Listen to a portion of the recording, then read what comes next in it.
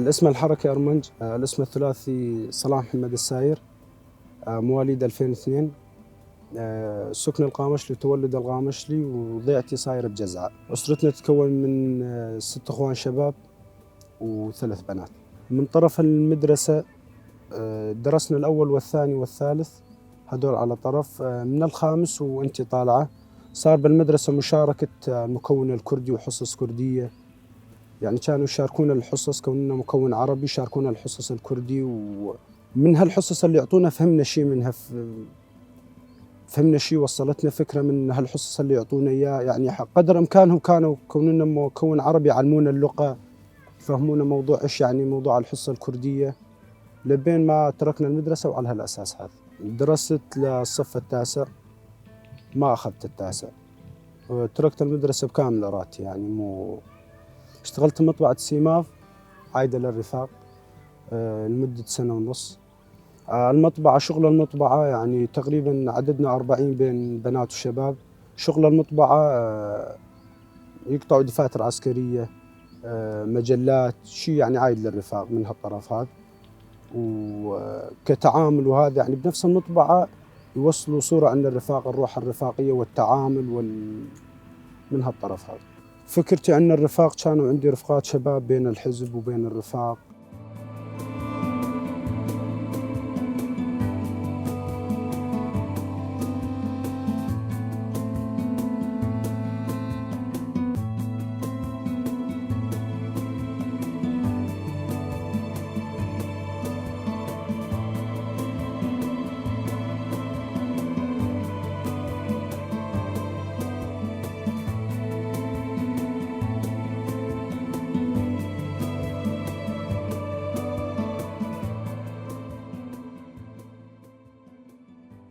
بعدين بال 2020 انتسبت القوات الأسايش. كان واصلني فكرة انه عن الرفاق قبل انتسب، انتسبت انه مشان سبب معين. مثلا وصلونا فكرة رفقاتي والشباب اللي بين الرفاق انه روح رفاقية وتعامل ومحبة وتقدير واهتمام فانتسبت بال 2020 قوات الأسايش. يعني الأسايش أمنية البلد. فضمن هالانتساب يعني وصلتنا فكرة، تطور فكرنا، محبتهم، تعاملهم مع الشعب، روحهم الرفاقية، ما في تفرق. كان تعاملهم مع الشعب يعني بروح طيبة وبلطف، يعني كانوا يوصلوا لك فكرة انه الشعب ثم الشعب، يعني بروحك الرفاقية وبتعاملك. احنا لما انتسبنا القوات الأسايش مو أمنية البلد انه نضغط على الشعب، انه نوفر لهم الأمانة، نوفر لهم الشيء المستلزمات هم اللي يطلع بإيدنا. بال 2022 طلبت فرز على العمليات، طبعا بإرادتي. طلبت فرز انه طلعت قوات العمليات يطلعون حملات برا البلد، شغلهم مداهمات ليلية للخلايا وغيره. فحبيت انضم، اطلب فرزي نظامي، فوافقوا لي على الفرز وانضميت لقوات العمليات بال 2022. ضمن قوات العمليات بشكل يومي نخضع الدورة ضمن الفوج. احنا والرفيقات يعني دروس بشكل يومي، دروس سياسية، دروس عسكرية، دروس عن المداهمات، مستمرين على هالأساس هذا بشكل يومي. شغلنا بالعمليات ضمن البلد، مثلا خلايا مع خلايا، نطلع حملات برا القامشلي. ضمنها من الحملات حملة الهول، تمشيط الهول، رحنا تقريبا عليه مرتين. ضمن كل حملة أقل حملة لنا 25 يوم 26 يوم. ضمن هالحملة اللي فهمته من الحملات تعاملهم مع مخيم الهول، أنه تنظيف مخيم الهول من الخلايا، وتعاملهم مع الشعب بمحبة، يعني ما يضغطون بس يوفروا لهم الأمان بطريقتهم. طبعا إحنا ورفيقات المرأة مشتركة معانا، على التمشيط واحد، على المداهمات واحد، على الطلعات يعني مع بعض، طلعتنا مداهماتنا كله مع بعض. ضمن هالحملة كنا موضوع نشيل الخلايا ونوفر الأمان للموجودين بالمخيم. كل حملة نطلعها إحنا والرفيقات من 20 يوم ل25 يوم، ويصير تبديل جروبات، يعني جروب ينزل يجي التبديل الثاني.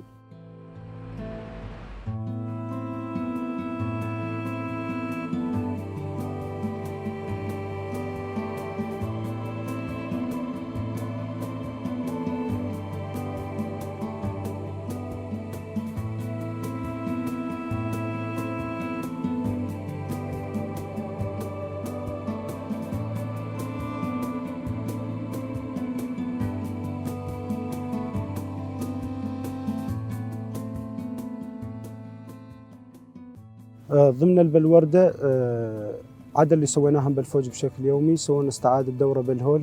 اللي فهمته من الدورة الروح الرفاقية موجودة والتعايش مع الطبيعة، ويسولف. فهمنا انه عن حقوق المرأة، لانه كانت واصلتنا فكرة انه المرأة ضلع قاصر، يعني ضلع قاصر صارت مثل كلمة روتين. يعني اليوم انت لك الظاهر تسمع من الاول والثاني انه المرأة ضلع قاصر. فلما خضعنا الدورات وشفنا انه المرأة لها حق، لها حق الرأي، لها حق المشاركة. يعني هلا اذا نجيبها على انه المرأة ضلع قاصر، هلا اكثر المؤسسات العايدة للرفاق عم يدورونهن رفاق مرأة. ضمن الدورة عرفنا انه المرأة مو ضلع قاصر، لها حق الرأي. لانه قبل احنا واصلتنا فكرة انه المرأة ضلع قاصر، يعني شغلها البيت وما لها حق رأي ثاني تشارك او تفوت بمجال عمل انه يساعدها او شيء، او تطرح رأيها، فكرة رأيها. ما كان واصلنا هالفكرة، كان واصلنا فكرة انه هي ضلع قاصر موضوعها بس البيت وبس. بس لما خضعنا الدورات وشاركنا وشفنا،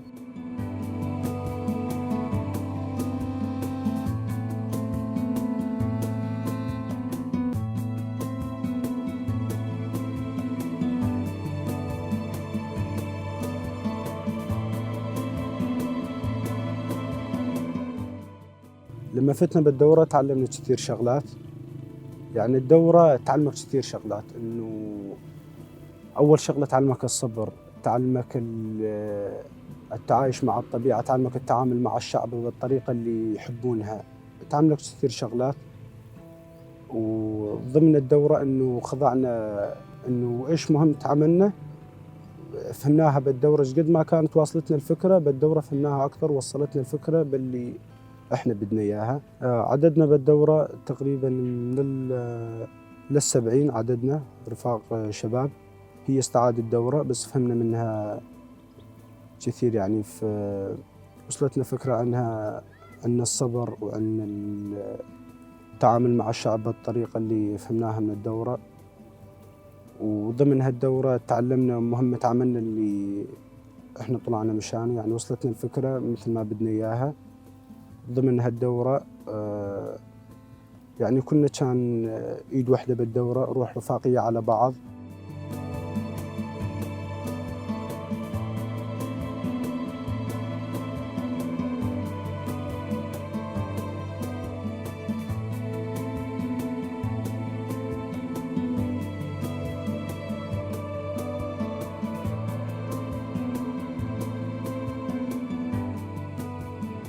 لما انتسبت للأسايش بالذات انه من بين القوات اليبكة والكوماندوس، واللي حبيت انتسب لقوات الأسايش، وصلتنا فكرة على تعاملهم مع الشعب وروحهم الرفاقية وأمنية ضمن البلد، فحبيت انتسب لهم.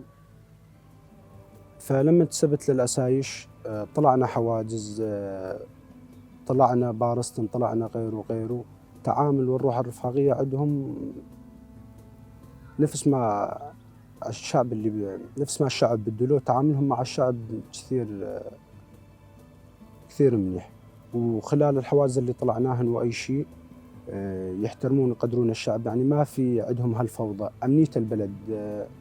فلما انتسبت القوات الاسايش من السمعه الطيبه اللي اجت منهم وسمعت عنهم، ولما فتت وصلتني الفكره اكثر. مشان موضوع الدوره، اول ما تفوت على الدوره، لمن تفوت على الدوره انت وحده مشان تتعلم موضوع السلاح، راح تخضع الفكره عن السلاح، شلون تشيل السلاح، شلون التعامل مع السلاح. يعني بالدورة كان عددنا لل70، كنا يعني الدورة فايتين على الدورة جديد. فضمن هالدورة بشكل يومي مستمر تدريب عن سلاح، شلون تفك سلاح، شلون تتعامل مع سلاح، كافة جميع سلاح. يعني وصلتنا الفكرة يعني بشكل يومي مستمر لمدة 20 يوم. وصلتنا الفكرة عن السلاح ورمينا عليه. بعد ال20 يوم فتنا بالدروس السياسية وعن حرية القائد. وضمن الدروس ويعني بالوردة، يعني لما نقعد احنا والرفاق على الطرف هذا، كل موضوعنا انه الشيء اللي فتنا بالدورة انه نتعلم ونطلع. يعني الساعة اللي تروح منا كانت محسوبة علينا، لانه احنا ضمن دورة وفترة قصيرة. فلما نفوت بالدروس السياسية وهذا نستوعب منها، وصلتنا فكرة عن حرية القائد، عن حرية المرأة، عن كافة الدروس كافة السياسة وصلتنا الفكرة عنه، فتعلمنا عليها وأتقناها وخلصنا دورتنا. فتنا بالدروس السياسية. ضمن الدروس السياسية صار مشاركات، صار كل رفيق يطرح رأيه، فوصل لنا فكرة عن حرية القائد. كل إنسان يطرح رأيه ولكن الرأي واحد واقتنعنا. وضمن هالشي وصلتنا عن حرية المرأة وعن الفكر. كل الرفاق كانوا يشاركون بشكل مستمر إلا وصلتنا الفكرة، لأن كل شخص ورأيه ولكن بالآخر كنا رأي واحد واقتنعنا بهالموضوع. وبشكل مستمر الدروس السياسية يجي الكوميسيون لازم إنه كل يوم يروح، لما يفوت عندنا يطرح الدرس لازم يطلع بنتيجة، يعني لازم يطلع إنه أقل شيء الرفاق وصلتهم فكرة. يعني ما كنا نضيع وقت على الفاضي ضمن هالدروس السياسية. فوصلتنا فكرة عن حرية القائد وعن رأي المرأة وعن المواضيع. لما طلعنا من الدورة، خلال كل دورة نخضعها باستراحة 10 أيام تريح تشوف أهلك. ضمن الاستراحة اللي أخذناها إحنا ال10 أيام وطرحنا فكرة الدورة، إيش تعلمنا، وصلنا فكرة لأهلنا لرفقاتنا المدنية. لما نطرح لهم الفكرة اللي تعلمناها من الدورة لأهلنا ولرفقاتنا ولهذا ضمن استراحتنا يعني ال10 أيام. بعد ما خلصنا الاستراحة رجعنا على الدوام. احنا فتنا مكانهم وهم رجعوا على البلوردة كمان، ومستمرين على هالشكل هذا. بس فهمنا ان الدورة كثير سرية العمل، شلون التعامل من هالموضوع هذا، لأن أكثر شغلنا كان يعني مداهمات.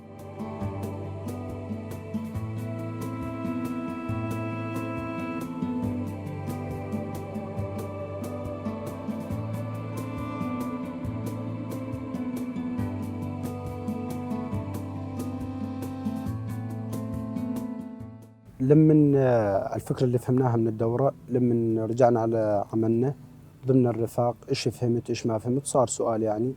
وصلنا لهم فكرة الشيء اللي فهمناه عن الحرية، عن حرية القائد، يعني فتنا بعقل على الدورة وطلعنا بشيء ثاني. ضمن الشيء اللي شفناه بالدورة وصلنا للرفاق، يعني حتى بعض الرفاق خاضعين لدورة طلبوا إنه يخضعون لدورة ثانية من الفكرة اللي وصلنا والشيء الفكرة اللي وصلنا لهم إياها.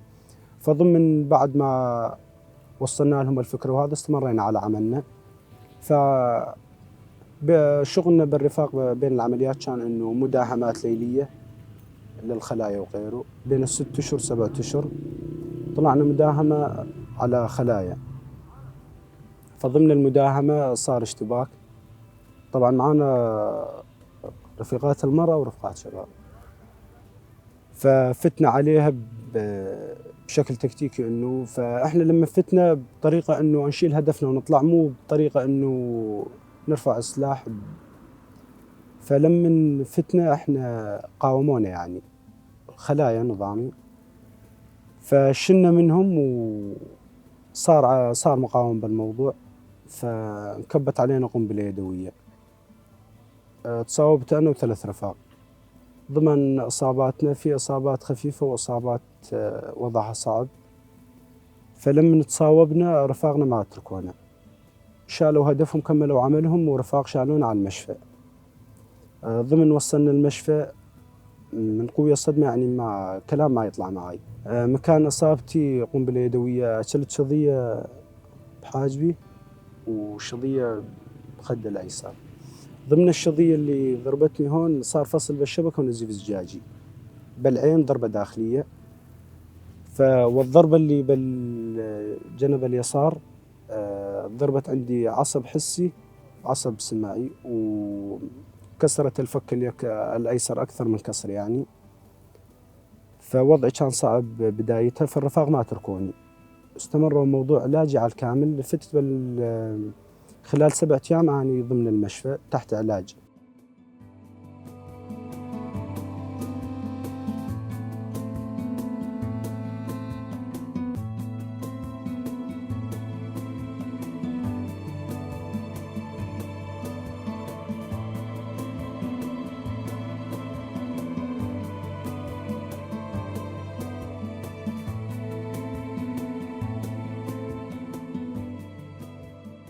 فسعفونا على المشفى الرفاق، أنا و3 رفاق مصابين، فاثنين منهم ضربة خفيفة وأنا ورفيق ثاني ضربة شوي صعبة. استمريت 7 أيام بالمشفى. أهلي ما يعرفوا، خلال ال7 أيام ما حدا يعرف، بس الرفاق جنبي. وبعد ال7 أيام عيني هاي ورمانة، يعني ما تفتح، والثانية نازل بيها دم لنصها. الدكتور قال نازل فيهم دم، راح أعطيك قطرة تستمر عليها لمدة 10 أيام أو أكثر، يعني غسيل للعين، بعدها ترجع تشوف نظامي. فبعد ال10 أيام خف الورم شوي، فتحت عيني ما أشوف بيها. فطلبوا تحويله على الشام، ما طلع بيدهم دكاترة القامش لشي، قال راح نبعثه على الشام. فالرفاق استمروا بوضعي وحولوني على الشام. ضمن وصلتي للشام تقريبا حالة إسعافية، وصلتي على الشام. الدكتور قال راح نسوي لك عملية، أعطيك نسبة نجاح العملية 10%، يعني ما أعطيك تشوف نسبة نجاح العملية 10%. فوافقت على هالموضوع. لما سوينا العملية، سوى عملية زيت سيليكون وتوصيل شبكة، يعني هاي نادرا ما تنجح العملية، عند أشطر الدكاترة طبعا. سويت العملية مثلا اليوم العصر، ثاني يوم الصبح مراجعة عند الدكتور، تفك الشاش تشوف إيش نتيجة العملية. فثاني يوم فكيت الشاش، فما في نتيجة، إنه ما في نتيجة. فوقتها أنا اقتنعت إنه بهالموضوع، لأنه أنا لما فتت بالسلك العسكري عارف إيش نهايتك، يا تستشهد يا تنصاب. فما أتندم ثاني على الموضوع. أول فترة تعبت نفسيتي، إنه صار الموضوع فجأة علي. فالرفاق واسوني ووقفوا جنبي، واستمريت على علاجي. ضمن العلاج قال بعد 6 أشهر تراجعني دكتور الشام. خلال ال6 أشهر، خلص ال6 أشهر ما في شوف بالموضوع ولا في نتيجة، بس مستمر على علاجي.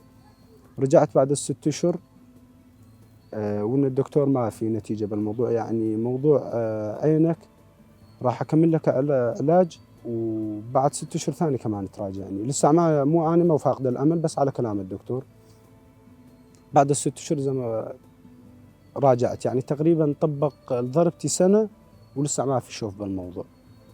آخر مراجعة عند الدكتور، يعني المراجعة الثالثة تقدر تقولين، المراجعة الثالثة قال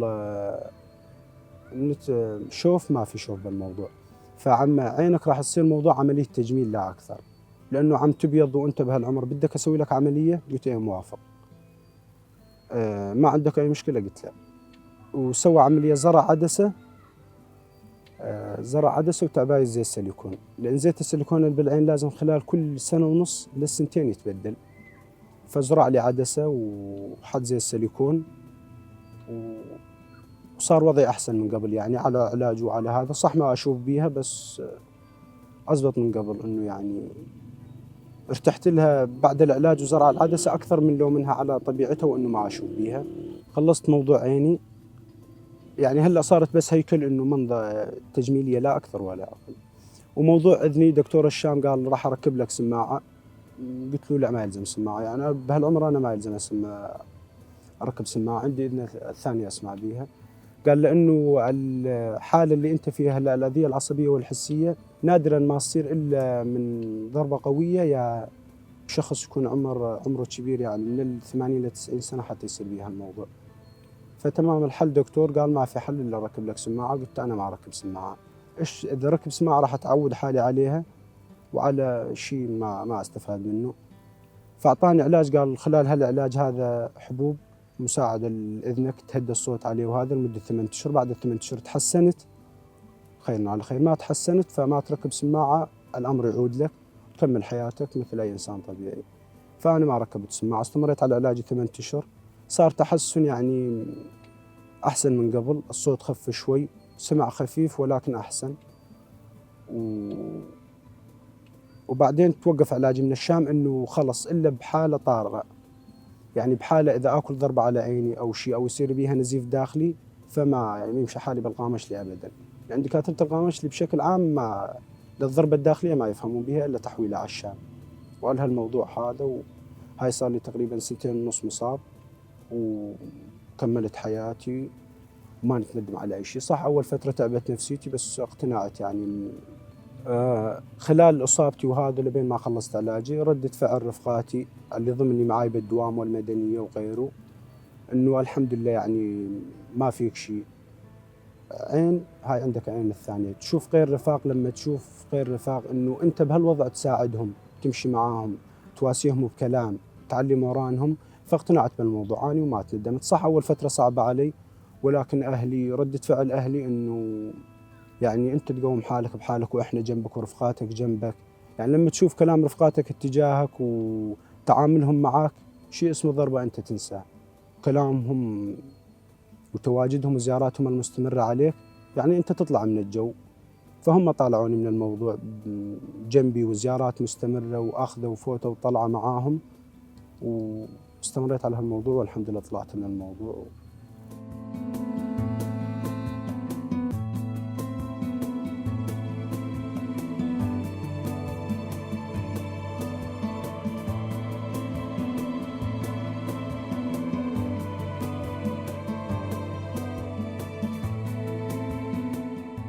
فأنا لمن إنه عندي عين ما أشوف بيها فعندي عين ثانية أشوف بيها، عندي إذن ما أسمع عندي إذن الثانية. فأكثر رفاق الجرحى المصابين يعني أنا بهالوضع أساعدهم مثلا وهذا، أشوف رأيهم فتتغير نظرتي إنه أنا ما الحمد لله ما فيني شيء. أشوف نظرهم إنه في رفاق مصابين يعطوا دروس، يعطوا أخبار، يوصلوا فكرة لغيرهم وهم مصابين، إنه رفقاتهم يقتنعوا إنه كمان إحنا نضم لها القوة. تعاطفها وروحها الرفاقية تجاه المصاب تقدير، يعني تقدير على أكمل وجه، تقدير من طرف علاج، من طرف شيء اللي أكلته من نصيبك وأصابتك ما يضيعوها إلك. كلامهم الطيب، تعاملهم معاك، علاجك مستمر، عينهم عليك، يداروك حسب صحتك فما يتركوك. أنا عندي أخوي شهيد أكبر مني الكبير بالعيلة، بال 2015 الوضع متأزم لدرجة أنه متأزم مش قد ما تقولين. فلما شفنا الرفاق أنه يروحوا يحرروا مكانات، لما يفوتوا على مكانات ويحرروها كأنه فرج على أهل المكان اللي يحرروه، من قد ما ناس شافت مثلا مأساة وشيء فيفوتوا الرفاق يحرروا المكان منطقة منطقة.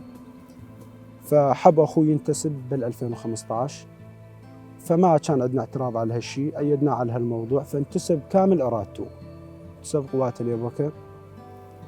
فلما انتسب بال 2015 يروح حملة يجي يحكي لنا على الشيء اللي يشوفونه، على تعاملهم مع الشعب، على لما يحرروا مكان إيش نظرة الشعب اتجاههم، لما يطلعوا حملة شلون تعاملهم مع بعض، شلون الروح الرفاقية. كان يحكيها بالبيت كامل لما يجي من ضمن الحملة.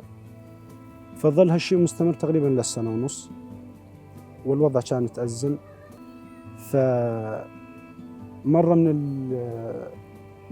وصلت تقريبا لل 2016 الشهر الثالث كان نازل ضمن البيت فطلبوا مؤازرة على الشدادي، فما كان عنده اعتراض راح. فضمن طلعتهم للمؤازرة معاه 4-5 رفاق يعني. لمن فاتوا على الشدادي فاتوا على بيت مساعدة للرفاق يعني مؤازرة، فالبيت انفجر فيهم هو و4 رفاق فاستشهدوا. ضمن استشهاد وهذا ما لنا خبر لمدة مثلا 2 أو 3 ما خبرونا بشكل مفاجئ. فلما اجانا الخبر وهذا الخبر يعني صدمة بنفس الوقت صدمة، بس بنفس الوقت لما تعرف انه ايش قدموا بعد استشهادهم، ايش سووا، حرروا مكان. يعني لما تشوف مأساة الشعب وتطلع انه انت انسان ضحيت بواحد والثاني ضحى بواحد وهذا وصلنا لهاليوم اللي احنا فيه. فمن طرف ردة فعل اهلي يعني صدمة انه، بس بنفس الوقت لما انتسب هم ايدوا على هالشيء انه انتسبوا هذا ومن هالموضوع أيدناه. فصدمة بيننا وبين حالنا، تقبلنا الموضوع وواسونا الرفاق وزيارة على البيت بشكل مستمر وهذا.